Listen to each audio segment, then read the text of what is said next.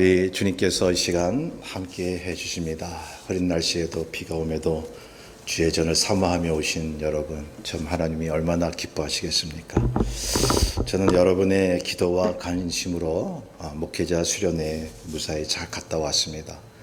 LA 그 밑에 얼바인이라고 하는 지역에서 우리가 모임을 가졌는데요.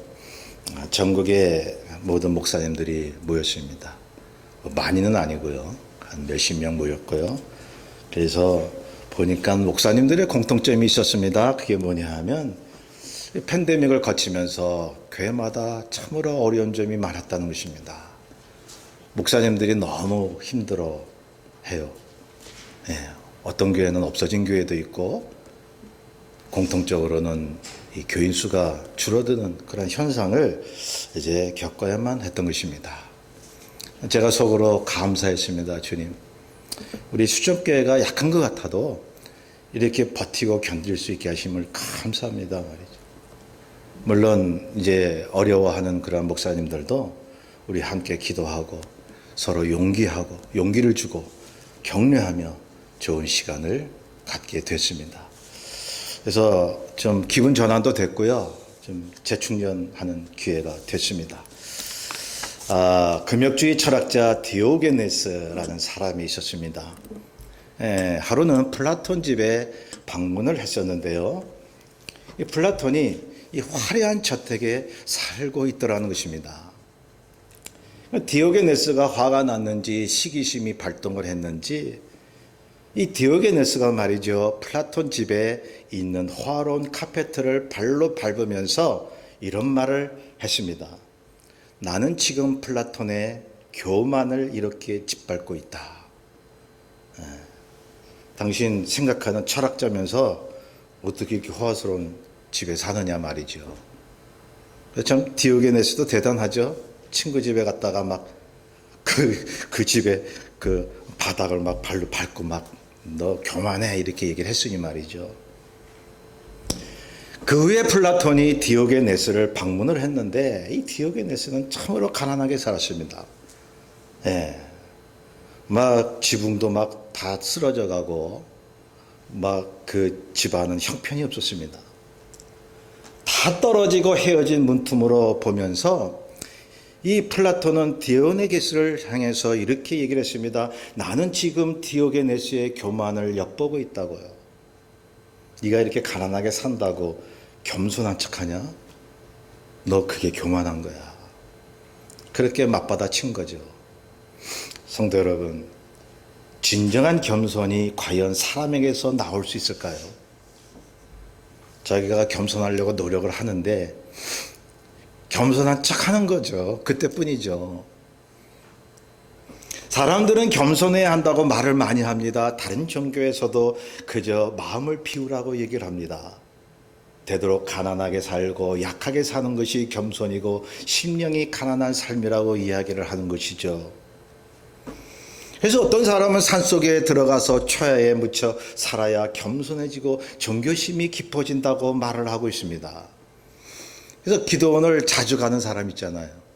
금식도 자주 하고.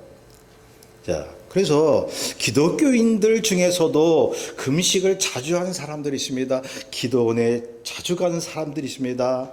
물론 좋은 현상이죠. 청빈하게 사는 사람들도 있습니다. 근데 그런 사람들을 보면요, 안 그런 사람도 있지만 참 금식 많이 하고 기도원 열심히 가고 기도 많이 하고 청빈하게 살려고 노력하는 사람 중에는요, 아주 교만하고 남의 신앙을 가볍게 보는 사람들이 있더라는 것입니다. 수양생활을 하면 그만큼 겸손하고 좀 하나님을 만나야 되는데 믿음을 갖는다 할수록 속에서 다른 구석에서 다시 인간의 탐욕과 교만이 이렇게 올라오는 거예요. 밀치고 올라오는 거예요. 본문에 나오는 주님이 말씀하신 심령이 가난한 자가 복이 있다는 진정한 의미가 무엇일까요? 주님이 말씀하신 심령의 가난함은 우리의 지정의가 빈약하거나 나약한 것을 이야기하는 것이 아닙니다. 나는 심령이 가난해. 그래서 아무 생각도 없이 그냥 그냥 뒤로 물러가 있고 그냥 침묵을 지키고 그런 거겠지 라고 막연히 생각한다면 주님이 말씀하신 심령의 가난함을 오해하고 있는 것입니다. 심령의 가난, 그저 가난하고 청렴하게 사는 것 자체가 아니라는 것입니다. 왜냐고요? 청렴한 삶이 교만이 될 수 있기 때문이죠. 나는 이렇게 깨끗하게 산단 말이에요. 예. 물론 그저 탐욕으로 막 물건 쌓아놓고 돈 쌓아놓고 교만하게 사는 사람보다는 낫지만, 자, 만약 기독교 신앙이 그저 물질적으로 가난하고 칭찬만을 추구하는 종교라면 기독교는 악한 종교일 수밖에 없습니다. 본문에 나오는 심령이 가난하다라는 것은 정신적인 부분이 아닙니다. 정신력으로 막 내가 이 힘든 때에 내가 정신력으로 버텨야 되겠다 해가지고 그래서 믿음을 갖고 심령을 가난하게 만드는 것이 아니라는 것입니다. 여러분, 신앙은 정신 가지고 하는 거 아니에요. 어떤 우리의 의지력을 가지고 하는 거 아닙니다. 주님이 말씀하신 심령의 가난함은 인간의 노력이 도달하지 않는 부분입니다. 인간은 누구나 자기 속에 하나님만이 열쇠를 가진 깊은 방이 있음을 알아야 합니다. 우리의 정신의 근원이 되는 방이 있음을 알아야 합니다. 그것이 바로 영적인 방입니다. 그 방이 하나님의 은혜로 채워지기 전까지는 아무리 사람이 참 정신력을 가지고 의지로 깨끗하게 살고 그리고 청렴하게 살고 의롭게 살고요, 그런 생각들이 하나님 앞에서는 참 우스운 거예요. 그거는 하나님을 떠나서 뭘 할 수 있겠습니까? 영적인 문제가 해결돼야 인간의 지정의도 바로 서게 되는 것이죠. 성경이 그것을 얘기하고 있습니다. 우리 주님, 우리가 믿는 우리 예수 그리스도는 말이죠, 자신의 내적 영역에 하나님이 내주하심을 분명히 확신하셨습니다. 그래서 그분은요, 자기가 무슨 일을 한다고 생각하지 않으셨어요. 당신 자신 안에서 하나님 아버지가 행하신다고 하는 내주 의식이 확실했습니다. 요한복음 5장 19절에 보면 주님께서 말씀하시길 너에게 이르노니 아들이 아버지께서 하시는 일을 보지 않고는 아무것도 스스로 할 수 없나니 아버지께서 행하신 그것을 아들도 그와 같이 행하느니라. 우리 주님이야말로 심령이 가난하셨던 분입니다. 그래서 하나님만을 향하고 하나님만을 생각하신 분이기 때문에 단순함이 있으셨어요. 여러분, 신앙의 능력은 단순함에서 오는 겁니다. 복잡하게 생각하고 복잡하게 내가 무엇을 해결하려고 하고 하면요, 그냥 나가 떨어져요. 지쳐요. 그냥 주님 의지하는 것, 단순한 믿음 가지세요. 자, 심령이 가난하다는 것은 인간 정신의 공백 상태가 아닙니다. 하나님의 성령만이 내주하시는 단순성을 이야기하는 것입니다. 그러면 그 단순성 속에 복잡한 모든 상황을 해결하는 지혜가 떠오르는 거예요. 하나님 말씀 한마디로 복잡한, 풀 수 없는 모든 복잡한 문제들이 해결될 수 있는 거예요. 우리가 그리스도 한 분만으로 자족하는 삶을 산다면, 그래서 주님의 성령이 내 심령을 전적으로 주관하실 때 나의 영혼은 세상에 대하여 철저히 가난하게 사는 것입니다. 욕심도 없고 교만하지 않으며 자아중심은 사라지고 주님의 생각으로만 사는 것, 그것이 심령이 가난한 삶인 것이죠. 그러면 얼마나 자유하게요. 우리 이왕 주님 믿는 삶 좀 마음이 편안하고 자유해지지 않겠어요? 이런 것이 주님 믿는 삶이구나. 그렇게 성령 충만해서 이것이 주님 믿는 삶이구나라고 내가 느낄 때는요, 내가 생각이 나지 않아요. 나는 없어져 버리고 말아요. 내 안에서 예수 그리스도만이 드러나는 것입니다. 세상 어느 것도 부럽지 않습니다. 이것이 성령 충만한 것입니다. 이것이 천국이 아니겠습니까? 여러분, 하루를 살더라도 좀 편안히 살 수 있다면 말이죠. 우린 그걸 원하는 거예요. 내일도 생각 안 하고 그냥 오늘 살라고 말씀하셨잖아요, 주님이. Here and now. 그러면 오늘 매 순간 살 때 마음이 자유하고 평안해질 수만 있다면 내일도 그렇게 살 수 있는 거예요. 성령이 충만하다라고 하는 것은 내 마음이 그래서 완전히 비어진 상태입니다. 내 마음이 완전히 가난하고 비어진 상태에서 성령이 가득하게 내 마음속에 오시는 것입니다. 성도 여러분, 심령의 가난함은 주님으로 말미암아 자기 부정이 된 상태입니다. 자기 부정은 무엇을 말하는 것일까요? 자기에게 실망한 사람이에요. 자신한테 실망해서 아예 자포자기하는 걸 얘기하는 게 아니에요. 자기에게 실망을 합니다. 로마서 7장 18절에 보면 바울이 말합니다. 선을 행하고자 하는 원함은 있지만 선을 행하는 것은 없구나. 바울이 얼마나 신령한 사람이에요. 성령 충만한 사람이에요. 생각나는 것마다, 쓰는 것마다 하나님의 말씀이 됐으니요. 참 이 바울이야말로 얼마나 이 신령한 은사를 가진 사람입니까? 그런데 이 사람이요, 내가 선을 행하는 게 하나도 없대요. 왜요? 자신의 죄성을 아는 거예요. 아무리 성령 충만하고 막 주의를 열심히 해도요, 한 구석에는 내가 정말 사람들이 알지 못한 하나님만이 아는 뭔가 죄성이 숨어 있다고 하는 걸 알게 되는 거예요. 그래서 좌절하는 거예요. 절망하는 거예요. 여러분, 신세한탄하라는 말이 아닙니다. 그리스도 안에 있는 사람은 자신에 대한 부정이 생깁니다. 그게 뭡니까? 하나님 앞에서 온전히 설 수 없다는 그러한 생각. 그래서 날마다 절망하는 것입니다. 날마다 자신에게 절망하는 사람이 남을 향한 비판이 생길 수 있을까요? 시편 51편 5절에 보면 다윗이 말합니다. 내가 죄악 중에 출생하였으며. 이 신앙의 선조들 보면요, 자신에 대해서 절망했다는 거예요. 성경에 나오는 인물들과 기독교 역사에 길이 남을 믿음의 선조들이 그러했습니다. 자신에 대해서 정말로 좌절했습니다. 이것이 심령이 가난한 것입니다. 자신이 무엇을 잘하고 있다는 생각을 전혀 하지 않는 사람들, 그러니 자랑할 수가 없는 거예요. 교회를 몇십 개 세웠어도 자랑할 수가 없는 거예요. 자기가 잘했다는 생각을 할 수가 없는 거예요. 왜? 하나님이 하셨다고 생각을 하는 거예요.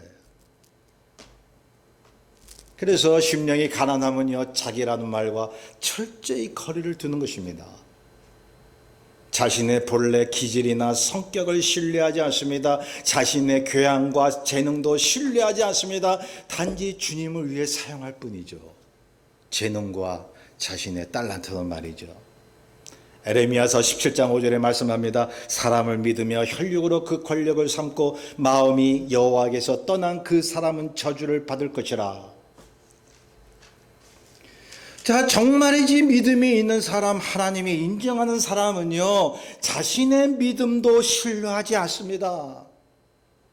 왜냐고요? 내가 어떤 믿음이 왔어요. 정말 그거 할 수 있다는 그러한 자신감이 있어요. 아, 이것이 믿음이구나 생각이 들어요. 그런데 정말 영적으로 깨어있는 사람은 이것이 하나님으로부터 왔는지 자신의 탐욕인지 한 번쯤 생각을 한다고요. 하나님이 주신 믿음이냐, 내 믿음이냐, 이거죠. 여러분, 주님이 주신 믿음과 성경적인 믿음과 내가 스스로 갖는 내 욕심으로 인한 믿음과 구분을 할 줄 알아야 합니다. 그래서요, 자신의 어떤 믿음도 그렇게 신뢰하지 않아요. 조심스러워해요. 주님으로부터 나오지 않는 것은 아무리 선하게 보이고 훌륭해도 결코 관심을 두지 않습니다. 오직 주님에게서 나오는 것만 나의 믿음의 대상으로 생각을 합니다. 성경의 말씀으로만 뭐든지 생각을 하려고 합니다. 그러니 심령이 가난한 자는요, 자랑하려는 의지가 없기 때문에 교만과 허세를 모르게 되는 거죠. 겸손하게 되는 것입니다. 심령이 가난한 자는 자기를 위해 아무것도 하려고 하지 않습니다. 자신이 필요한 것을 구할지라도 그것이 주님을 위한 것으로 구하고 있습니다. 그러니 우리가 물질 얻고 건강 얻고 필요한 것 다 하나님 앞에 구해서 얻어도요, 그게 다 주님을 위한 것이지 나 자신만을 위한 것이 아니라는 거예요.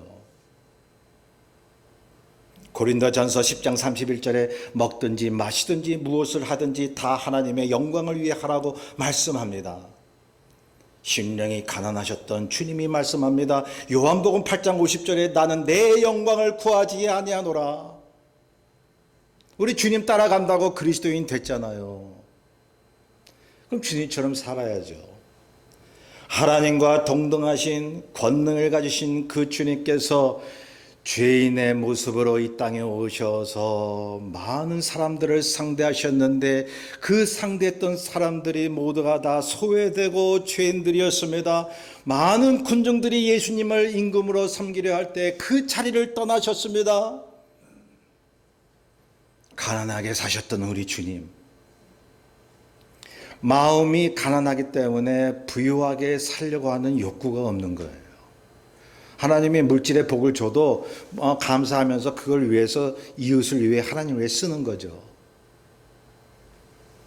성도 여러분, 주님만을 위해서 삽니까?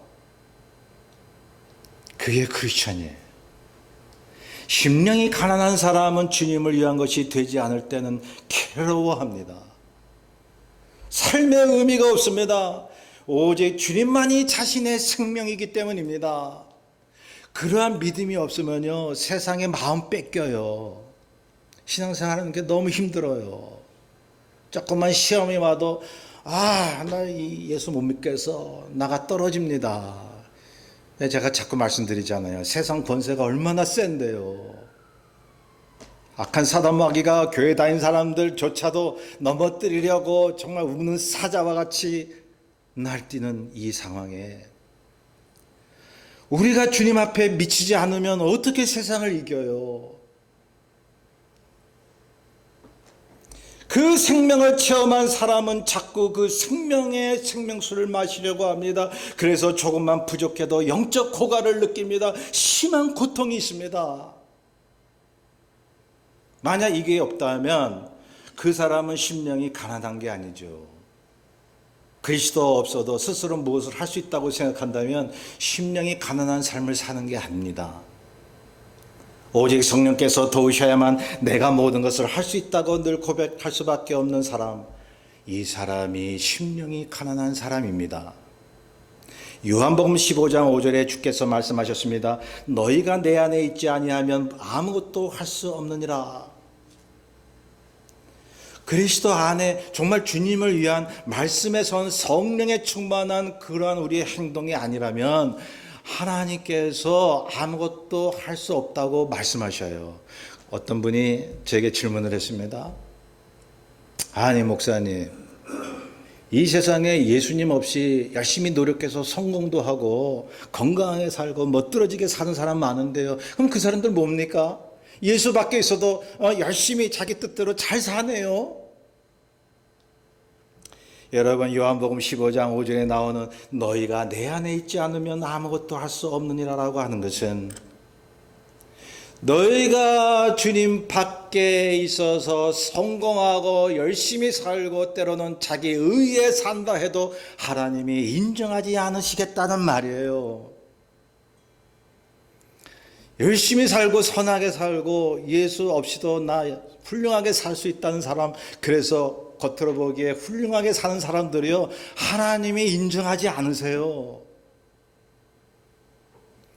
우리는 하나님으로부터 모든 것을 받았고 태어났기 때문에 하나님을 저버린 삶이 무슨 의미가 있단 말입니까?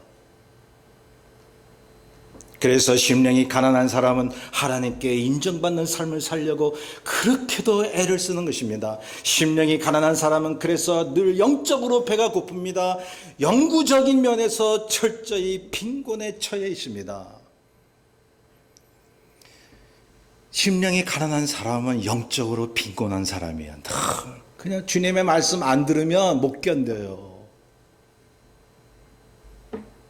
교회에서 예배드리고 말씀을 듣고 집에 돌아가도 찬양을 듣고 말씀을 안 보면 마음이 허해지고 고통을 느껴요.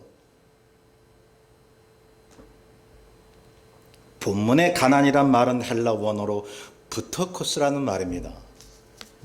누가복음 16장 20절에 나오는 거지 나사로에게도 부터코스라는 말을 사용합니다. 이 말의 의미는 본래 있는 것이란 아무것도 없고 매일매일 몇 때마다 주어지지 않으면 굶어 죽을 수밖에 없는 상태입니다.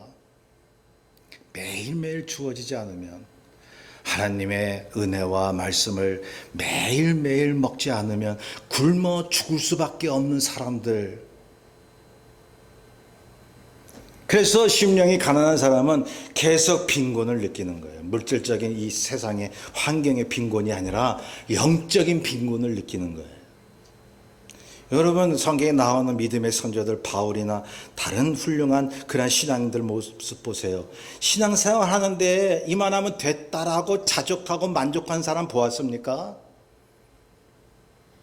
하나님 없이는 우리는 한시도 살 수 없다고 고통스러워하는 사람들이었죠.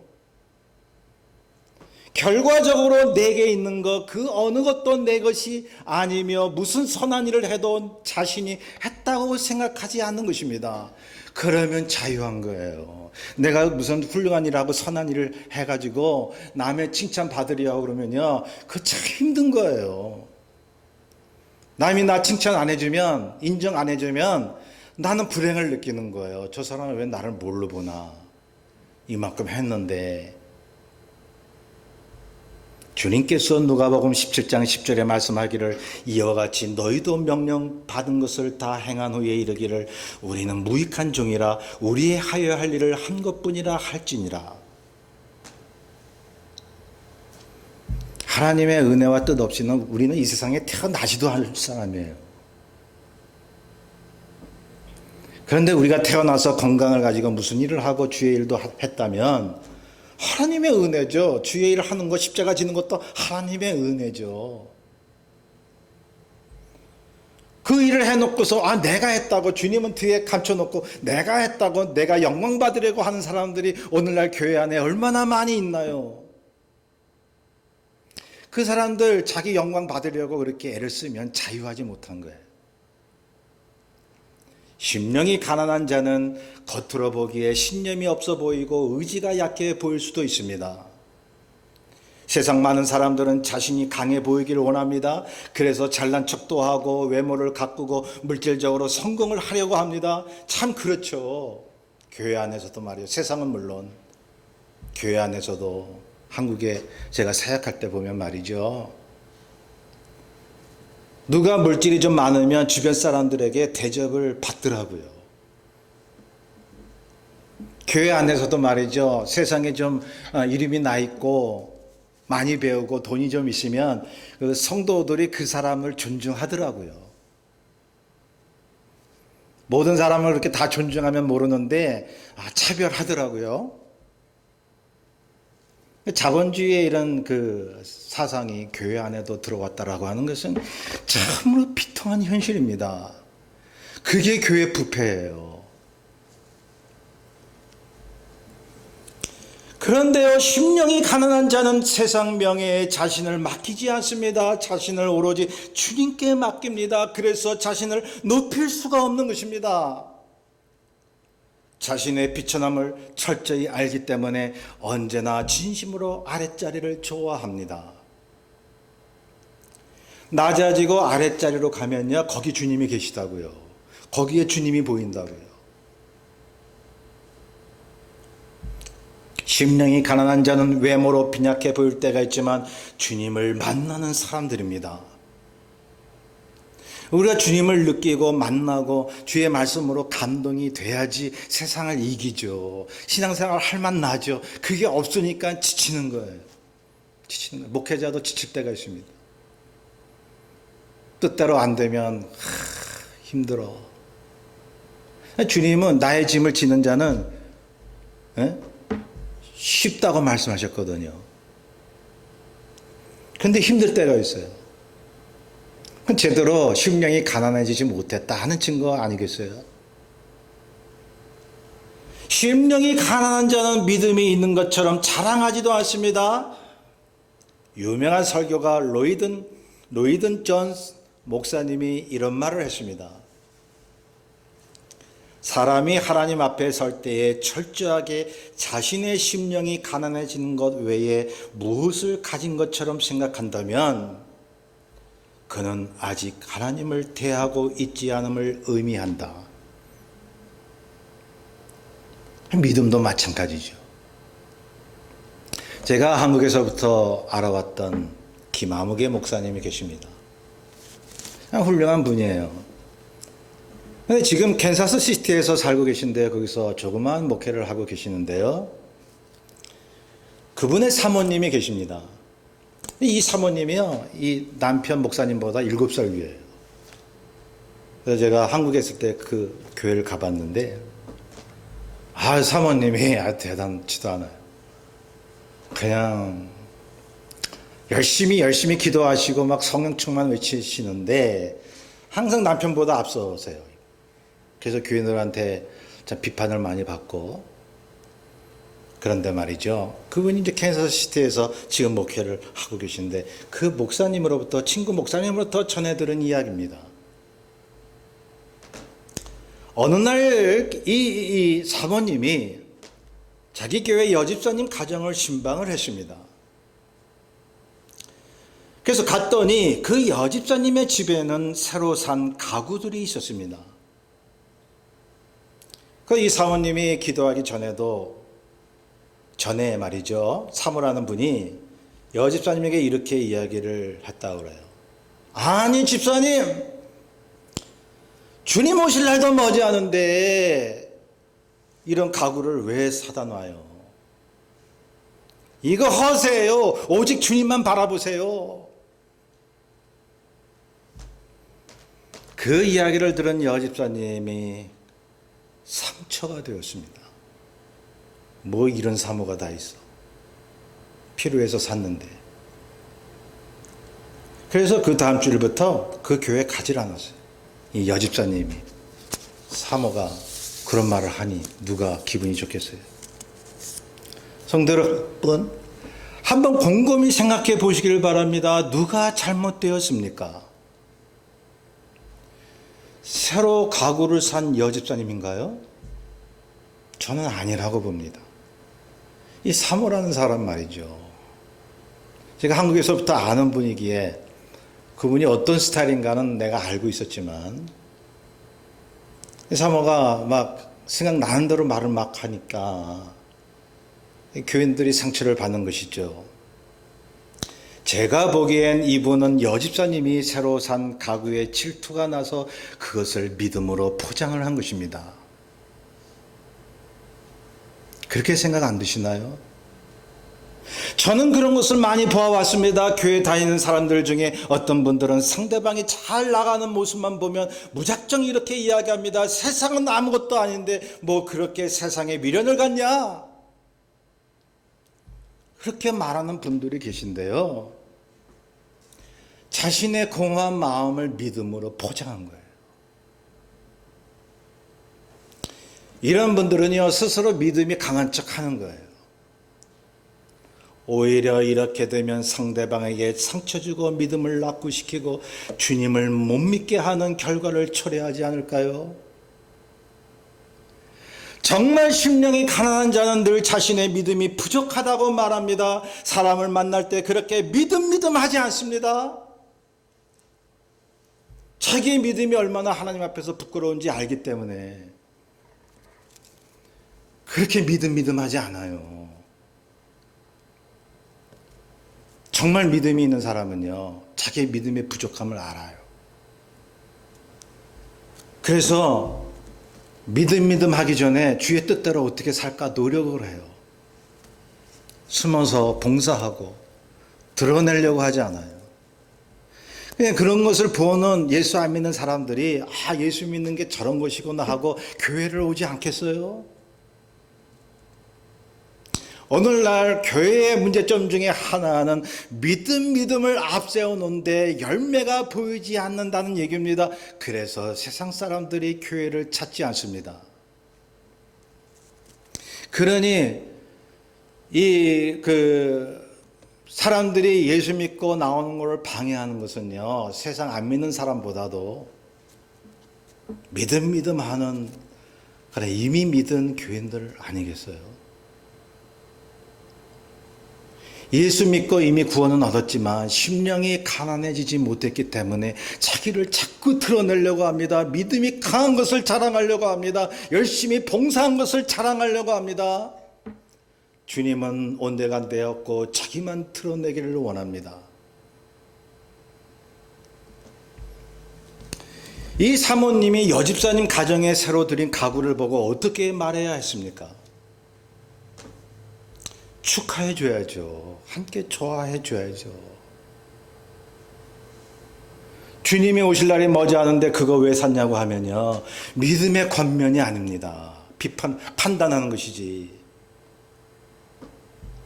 여러분, 우리는 사람들에게 다가갈 때 눈높이 믿음이 있지 않습니까? 주님이 그러셨던 것처럼 우리는 그 사람 눈높이로 가야 합니다. 고린도전서 9장 20절부터 보면 바울이 이런 얘기를 했습니다. 유대인들에게는 유대인처럼, 율법 아래에 있는 자들에게는 율법 아래에 있는 자처럼, 약한 자들에게는 약한 자가 된 것은 그 사람들을 얻기 위함이라. 바울은 성령 말씀으로 심령이 가난했기 때문에 자기가 많이 배우고 주님의 말씀에 대해서 많이 알매도 불구하고 약한 자 앞에서는 약해졌다고 이야기를 합니다. 여러분, 겸손해지지 않으면 이거 될 수 있을까요? 바울이 그렇게 믿음 약한 사람 앞에서 믿음 하지 않았다고요. 그 사람 눈높이로 다가갔다고요. 같이 울고 웃고 같이 마음을 주고받고 공감하며 그렇게 지냈다는 말입니다. 예수 그리스도처럼. 심령이 가난한 자는 주변 사람들이 자기보다 잘 살든지 못 살든지 거기에 영향을 전혀 받지 않습니다. 자기 소유를 잃었을 때든지 많은 소유를 얻든지 간에 심령에 변화가 없습니다. 왜냐하면 모든 것이 자기 것이 아님을 알기 때문입니다. 가난해도 불편이 없고 부를 이루어도 교만하지 않은 거예요. 바울이 외칩니다. 빌립보서 4장 11절에 어떤 형편에든지 자족하기를 배웠노니 가난에 처할 줄도 알고 부에 처할 줄도 안다라고요. 그래서 바울은 심령이 가난한 사람이었습니다. 자기를 너무 비하하지도 않았어요. 여러분, 겸손한다 그렇게 이제 그걸 나타내기 위해서 너무 자기를 막 깎아내리는 사람이 있어요. 그것도 일종의 교만으로 보일 수 있어요. 그래서 심령이 가난한 사람은요, 너무 자신을 비하하지도 않아요. 오로지 자신이 원래 비천하지만 그리스도 안에서 그분의 은혜로 존귀하게 되었음을 고백할 뿐인 것이죠. 성도 여러분, 우리는 무엇을 잃었을 때와 무엇을 얻었을 때에 우리의 심령이 얼마나 흔들렸습니까? 무엇을 잃었으면 이럴 수가, 주님이 나한테 이렇게 행할 수가, 내가 여태까지 노력하고 열심히 살았는데 왜 나한테 이런 일이 일어나는가? 마음이 막 요동치고 막 낙심이 되고 그러지는 않았나요?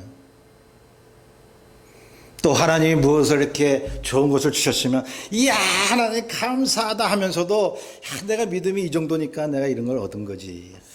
내가 그렇게 열심히 살았어. 그래. 참 나는 참 그래도 주님을 위해서 열심히 사는 사람이야. 내가 잘해서 그렇게 됐다고 생각하신 적이 없습니까? 그게 바로 세상의 속박을 받는 자유롭지 못한 노예의 삶입니다.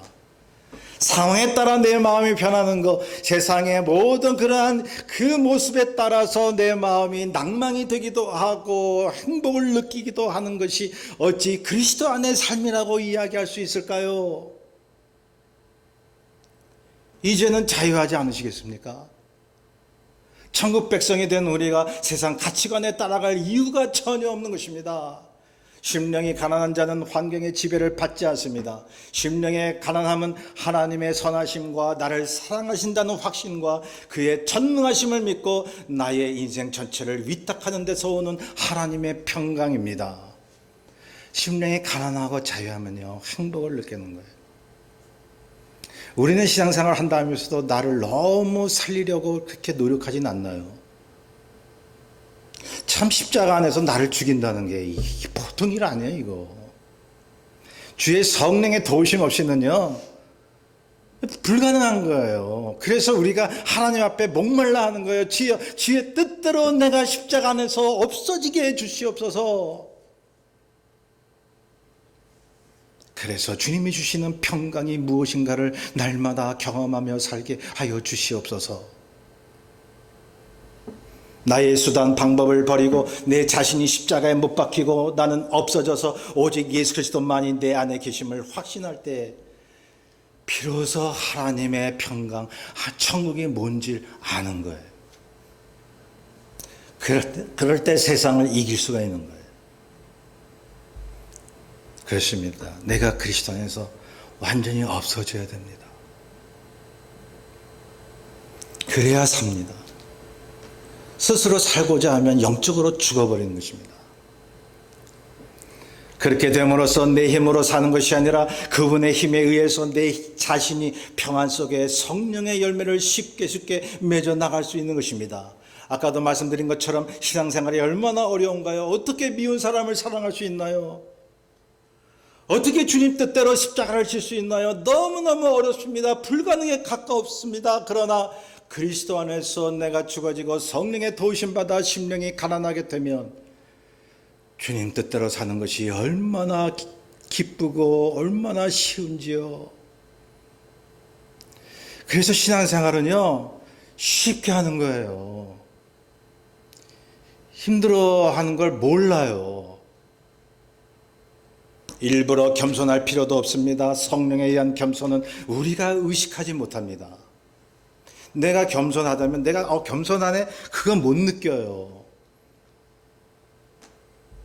일부러 내가 힘을 써서 주의 일을 할 필요도 없습니다. 그냥 저절로 되는 것입니다. 말씀과 성령으로 심령이 가난하게만 하면 내 안에서 주님의 생명수가 흘러나오는데요, 저절로 주의 일을 기쁨으로 하게 되는 것입니다. 하나님이 주신 이런 천국의 평안은 절대로 이 세상에서 나오지 않습니다.